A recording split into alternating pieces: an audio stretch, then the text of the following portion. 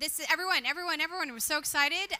This is Amy Webb, and we're so thrilled to have you here.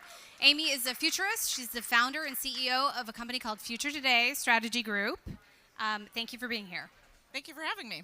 So, Amy, your company has actually changed names, right? As of 2 days ago? As of 2 days ago, that's right. As of 2 days ago. Okay, congratulations. Thank you. What prompted the change? So I think there's sort of a misconception in organizations about what foresight is and does. Years ago, foresight and strategy were the same discipline. And over the years, foresight really became more about pontificating and predictifying and things like that. And it really became divorced from strategy, which became very short term. So part of what we are trying to signal is foresight and strategy, which we've always done, strategic foresight, has to bridge closer together. Okay. So it's more it just sort of signifies putting that more, for you. yeah, exactly. Okay. That's great. Well, I caught your talk. So Amy does this almost every year, maybe 17th or 18th year at South by, revealing your Future Trends report. I caught it on Saturday, and apparently this report is 1,000 pages long. 1,000 pages on the nose. That's right. On the nose. Incredible. So that's a lot. You should all internalize it and read it and really take it into account. But during your talk, you said something that really sort of stuck with me, is this concept of using a block. And you had everybody in the audience sit on the block, and it's like a metaphor for this stone in your shoe concept. And I wonder if you could kind of take us through that right now. Obviously, you don't need to spend a ton of time on it, but Sure. So I think everybody at some point has had a small stone in your shoe. And when that happens, it's not life-threatening, but when that happens, it draws your attention away from everything else, and all you can think about is that small irritant in your shoe, and it creates a cognitive challenge. Your brain starts laser focusing on that one thing, and you start to lose sight of the other things you would normally be paying attention to. So this stone in your shoe effect really describes what's happening right now in business and in government, where we are laser focused on every single different tiny little thing that's happening, whether that's the latest who did what in the White House or the latest what's happening with AI. And some of these things are important. Some of them are less important, but it describes the sort of frazzled nature. And what I was trying to show was, yes, you want to focus on the stone in your shoe, but you have to zoom back out, because some of these current stones in our shoes we can't get rid of. And the problem for founders and for investors especially, and for businesses, is that if you don't detach a little bit, you're going to miss what's coming, and you're going to start making terrible decisions, which is exactly what happens when we're focused like that. yeah, I think that's something that would resonate with a lot of entrepreneurs in the room. Just generally speaking, you're all putting out fires all the time. You're not necessarily, what's the idea is you're working in the business, not on the business. And so this is pretty common, but I guess the idea is that it's happening more. So. It is, but I've got a really great example. So I was with a bunch of investors in a meeting, investors and bankers and some folks, on the day that the news about DeepSeek came out. And we're in a closed door meeting, and I saw one person's head goes down, and another person they're looking at their phone suddenly, and I was like, one of us turned off our phone the way we were supposed to. So what is everybody looking at, right? What just happened? And the next people were like, hey, there's this thing called DeepSeek. It's Chinese. It's an AI, and they built it for free, and it didn't take any compute. And should we dump NVIDIA? Oh, no. Literally. Yeah. And I'm like, no. If I was you, I would not. I'm not here to give investment advice, but what's wrong with you? No, you don't dump NVIDIA. But this just, and then some of them did. Yeah. But this describes the current situation that we are in, which is, it feels like so much is happening all the time. It feels like everybody's missing everything, that people are making the wrong decisions. And again, that's part of this cognitive impairment that I think everybody is dealing with. For entrepreneurs, you have to focus on the business and build the business and everything else. For investors, you need to make the right decisions. But ultimately, everybody has to zoom out now and again and see what else is happening out there.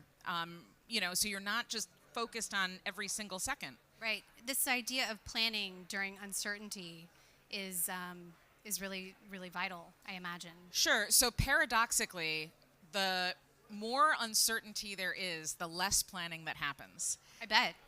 But that's Because you don't know how to plan, because Well, you don't know what the future is.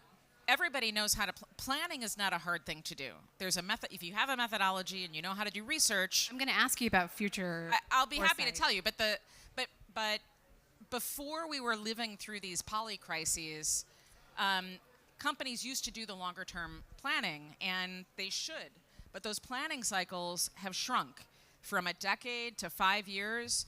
2 years is like the distant Star Trek future for a lot of companies. For the most part, it's quarter to quarter. And if that is the cycle that you are stuck in, you are always going to be behind, always. So even during times of soul-crushing deep uncertainty, which describes where we are right now, you still have to do the long-term planning.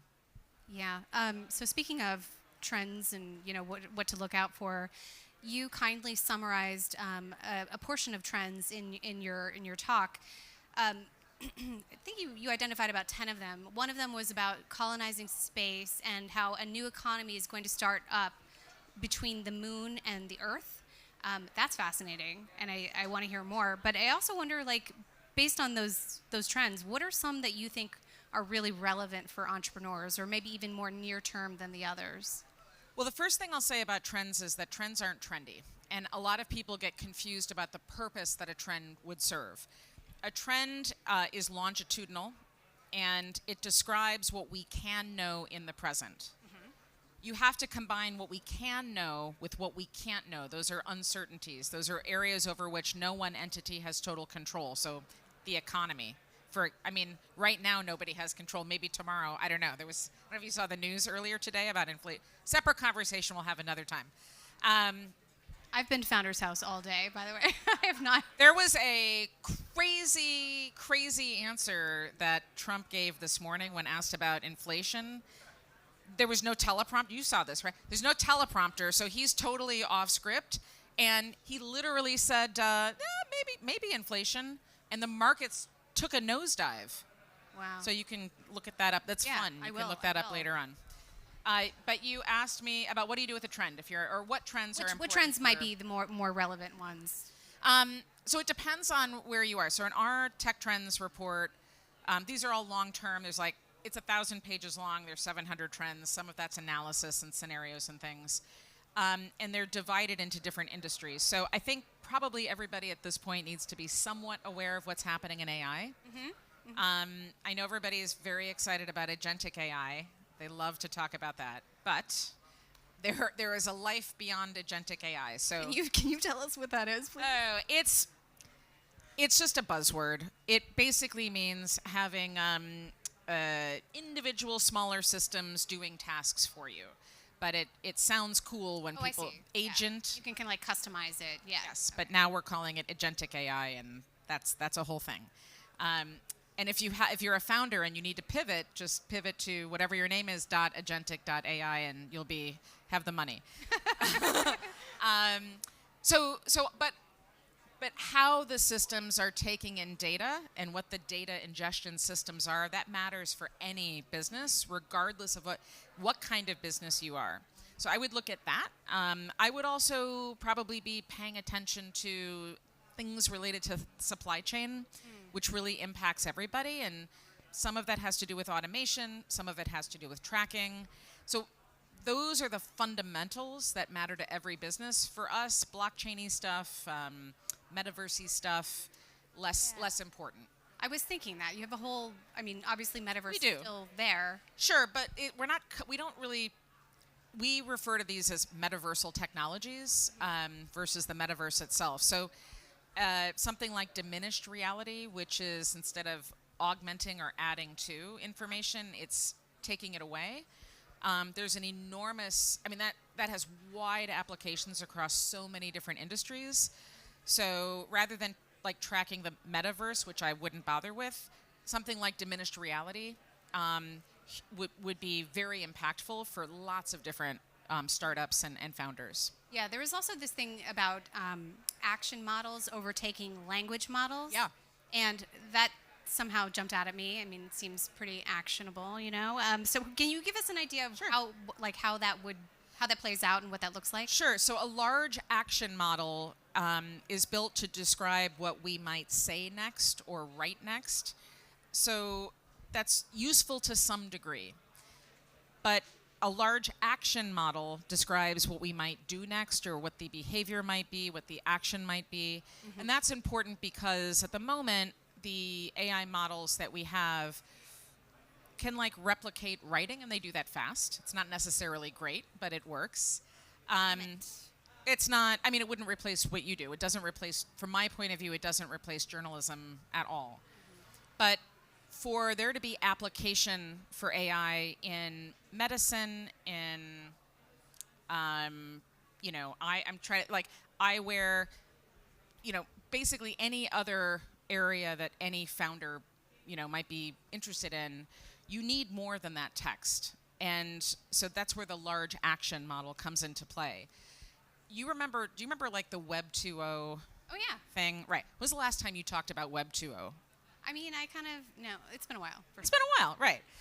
Because it just is, right? So we don't talk about the Web 2.0 anymore. We do it in headlines a lot. So it kind of... Still? Yeah, it's like something 2.0. Oh, but I'm specifically talking about the internet. So Web 2.0. Okay. So yeah, exactly, right? So this would have described, that was a big thing at South by about 10 years ago. So the social media, social platforms went into the sort of Web 2.0 idea. That just describes how the internet is now. We don't actually use that word anymore, to the point where, like, if I say that to a lot of people, they don't even know what I'm talking about. So when we talk about large language models, I think in a couple of years we won't be talking about them at all. You know what I mean? So Like they'll just be omnipresent, and we just like nobody, like, when was the last time you used HTTP in a sentence, right? We don't say it anymore. It's implied. Because it describes how much that technology has evolved. So I know that large language models feel like the big thing right now, and so does agentic AI. But AI has a very long evolutionary track, and it's a very long horizon technology. So again, this is really important because you have to track what the things that come next. So large action models, and I could go on and on. There's multi-agent systems, and there's a whole new protocol that describes the interplay between AI and robotics and sensors. That's sort of like the HTTP for this new robotics AI ecosystem, and on and on. I mean, I love that you mentioned the enhanced games in your talk. I am fascinated by the enhanced games. Games is crazy. Have you all heard about this? Amy, tell us. Gladly. So I don't even remember where I heard about this. It was a total accidental click. So I follow no sports with balls. I follow or any right. So my only I race. I'm a cyclist. I compete. The only sport that I pay attention to is pro cycling, which I know this is going to shock everybody, but it's been plagued by doping over the years. And I know other sports, same thing. So. And it's, whatever. You're looking at these athletes, and it's not fun to know that, like, they're winning because they're taking steroids or whatever. So imagine my surprise, delight, horror when I find this website that's called, so it's advertising the enhanced games. And the point of this is to get athletes to get jacked up, to take tons of steroids, and to do research. This is totally true. Research on human enhancement, gene editing, whatever it takes.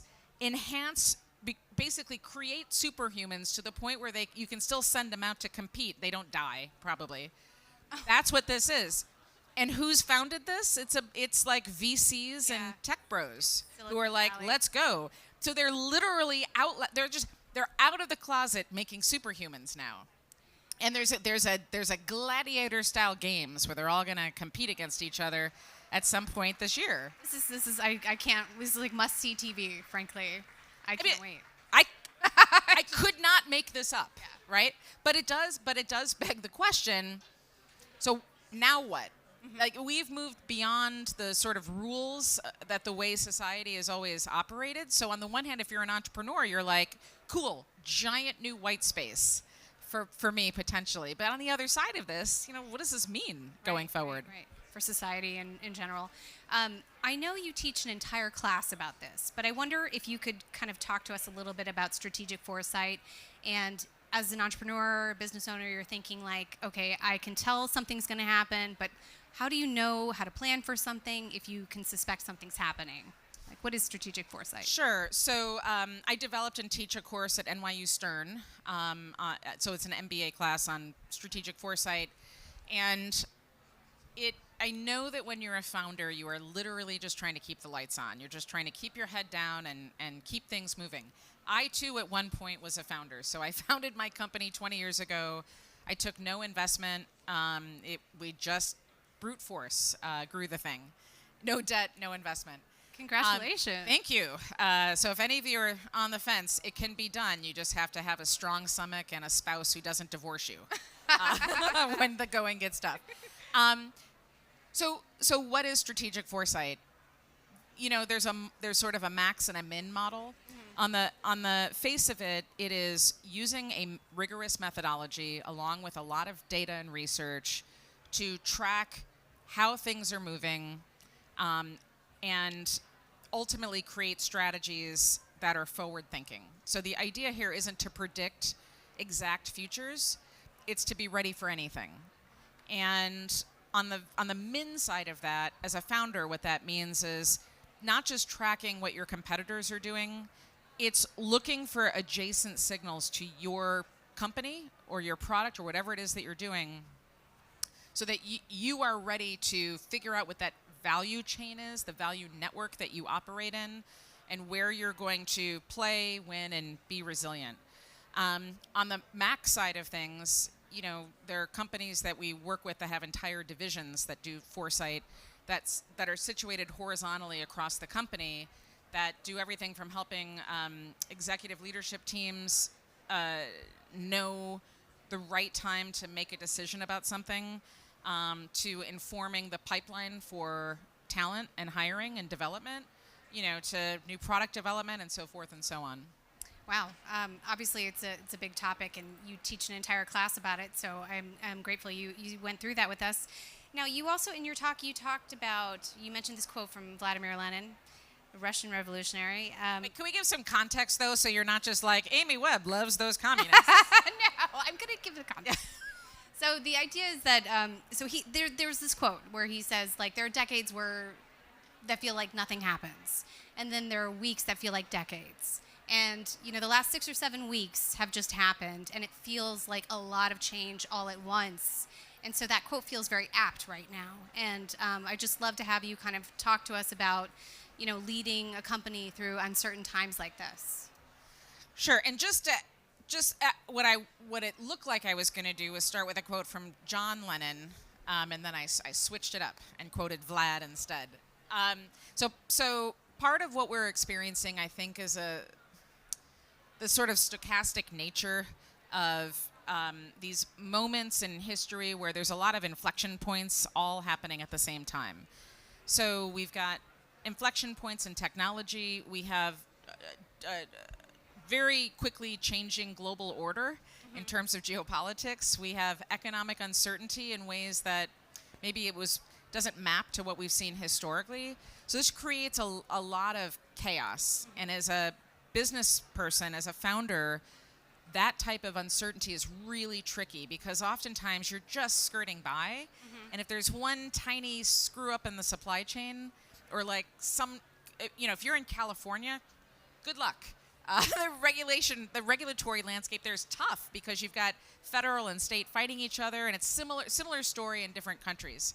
And again, this is to bring it back to the stone and the shoe thing. You have to maintain sort of a focus on the farther future, and it's more important than ever to know exactly where you're going, and to be somewhat flexible on how you're going to get to that place, which I think is a place where a lot of founders mess up. Either they're trying to go in this linear, like from here to there, And if we have to, falter, then things fall apart, or there's a quick pivot, or the worst part, investors get itchy, and they want to see a change. Right. And there's going to be a lot of that right now because there's so many factors that seem to be changing at once. So it's an emotional time, but it's the most important time to use foresight to continue working forward. At that, Amy, thank you so much. That's all the time we have. Thank you. Appreciate it.